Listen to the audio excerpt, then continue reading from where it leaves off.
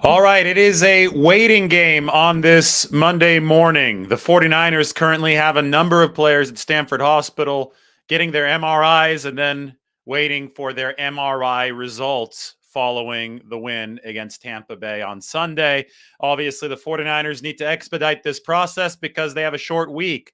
They play the Seattle Seahawks on Thursday. But to give you a list of what's going on right now, keep you as updated as possible. Deebo Samuel has an ankle injury. 49ers waiting on the MRI for him. Brock Purdy also undergoing an MRI at Stanford, oblique injury. Kevin Gibbons in the same boat, knee injury. Kerry Hyder Jr., ankle. Ambry Thomas, ankle.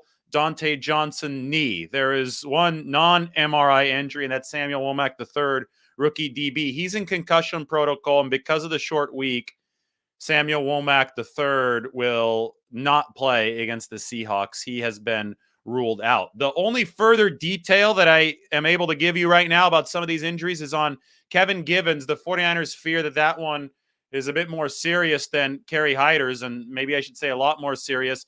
49ers at this point are hoping that it's nothing worse than an MCL for Kevin Gibbons, but as we know, MCLs, that's been the Elijah Mitchell injury twice this year, those are about 8-week injuries. So Kevin Gibbons, even in the best case scenario, it seems right now, might be done for the season for the 49ers because it's December 12th, and that would put him out for 2 months, which would be essentially up to the Super Bowl if it is an MCL sprain. Now, if it's something with the MCL that's not quite as serious, maybe Kevin Gibbons can come back sooner. But the 49ers, as I'll show you in a second with the depth chart, are probably going to need some more interior defensive line help. And they're scheduled to get some with Javon Kinlaw coming back to practice here next week, but I'll get to that in a second. Meanwhile, Kerry Hyder Jr., that injury, ankle injury, not suspected to be as bad. In fact, Shanahan said if it weren't a blowout yesterday, Hyder probably would have been able to come back into the game. Now, I'm sure everybody is wondering about Brock Purdy, oblique injury. Shanahan said that Purdy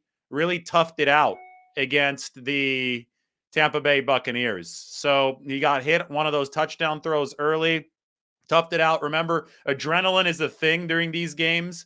Day after, once the adrenaline wears off, typically there's more pain. And I believe that's the case with Brock Purdy, based on my understanding.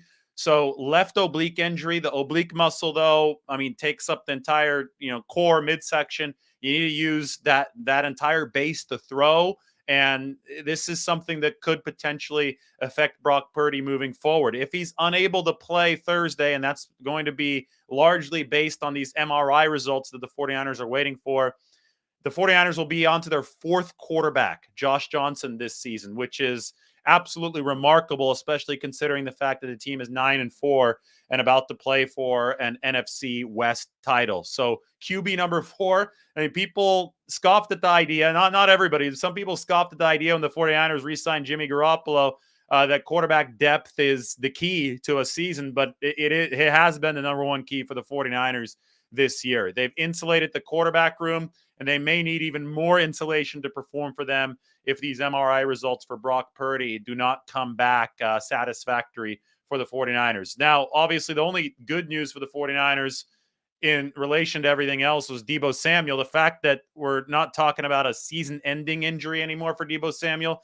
the fact that we're talking about potential high ankle sprain, 4 to 6 weeks, is something the 49ers can get behind, especially given how ugly that injury and its immediate aftermath was.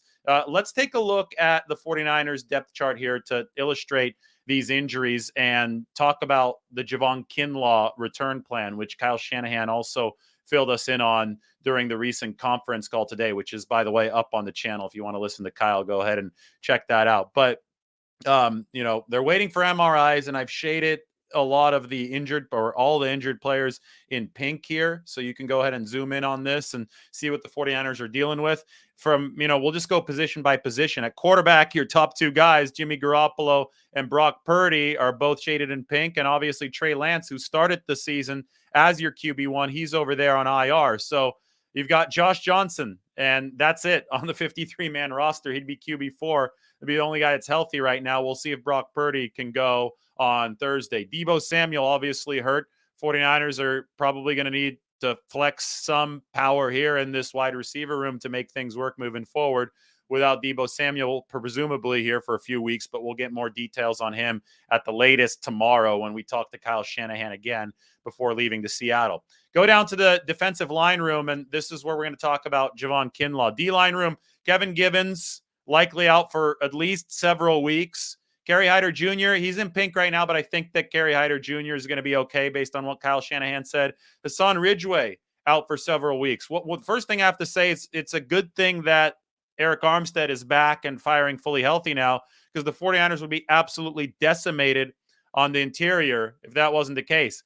It's about time to see more T.Y. McGill snaps. We saw more of him yesterday. He's done some nice stuff for the 49ers, but he's about to be thrust into a bigger role. And Javon Kinlaw over here on the 49ers IR list after that, knee started acting up following the offseason ACL surgery. Kyle Shanahan said today on the conference call that the plan all along has been to activate Javon Kinlaw's practice window after the Seattle game.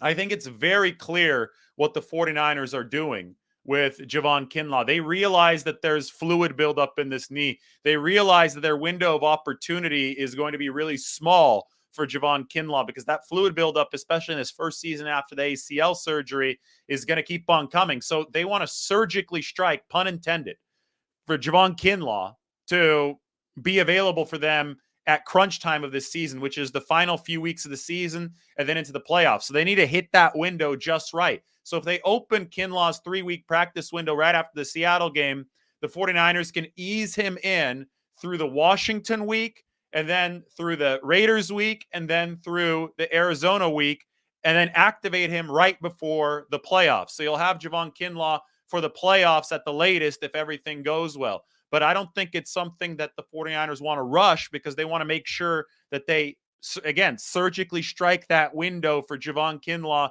to be a contributor in the biggest games of the year, which right now are lining up to be the playoffs with the 49ers about to clinch the NFC West. So long story short, I don't expect the Kinlaw actual activation for game day to happen anytime soon. And I think the 49ers are probably going to have to bring in a body or two to help absorb the loss of Kevin Gibbons and Hassan Ridgeway. They already worked out Marlon Davidson last week at that defensive tackle position. So it's going to be really interesting to see how the 49ers continue fighting along the interior with so many injuries. And with Kinlaw's return to game action not being imminent, the good news, though, is that Kinlaw will be returning to practice soon. So a lot of injuries for the 49ers they're dealing with after this game against the Tampa Bay Buccaneers. And it is a short week. So the theme of this short week for the 49ers is sleep. The sports science tells them to sleep. Get as much recovery, get as much rest as possible. Be ready to go for Thursday on the turf at Seattle. It's the final turf game of the regular season for the 49ers. And they're just trying to survive and advance. Survive and advance. That's what you have to do in these wars of attrition that are marathons of NFL season. So 49ers waiting for MRIs. Biggest news is going to come on Brock Purdy and on Deebo Samuel, and I'll update you when that time comes. Go ahead and check out the Shanahan conference call for now, and like the video, sub to the channel. Updates will be pouring in on this short week. 49ers, by the way, if you want some good news, I know I've just been talking about injuries for 8.5 minutes. 49ers are playing historically good football over the past 6 weeks. They're obviously 6-0. Starting to remind people of the 94 49ers following the Philly loss, 40-8. Well, following the Kansas City loss, the 49ers are on a tear. Top 5 offense, defense, and special teams. Officially now the number 1 defense by the simple and advanced metrics on the season, surpassing the Cowboys. So the 49ers, despite these injuries, keep on plowing forward, and it's making for one hell of an intriguing story right now as we track these 49ers through the season. All right, back soon with another injury update. Waiting for the 49ers to get those MRI results back. So sub to the channel so that you're tuned in to these updates when they do come. Make sure you hit that little bell icon too to get the notifications. Talk to you all soon.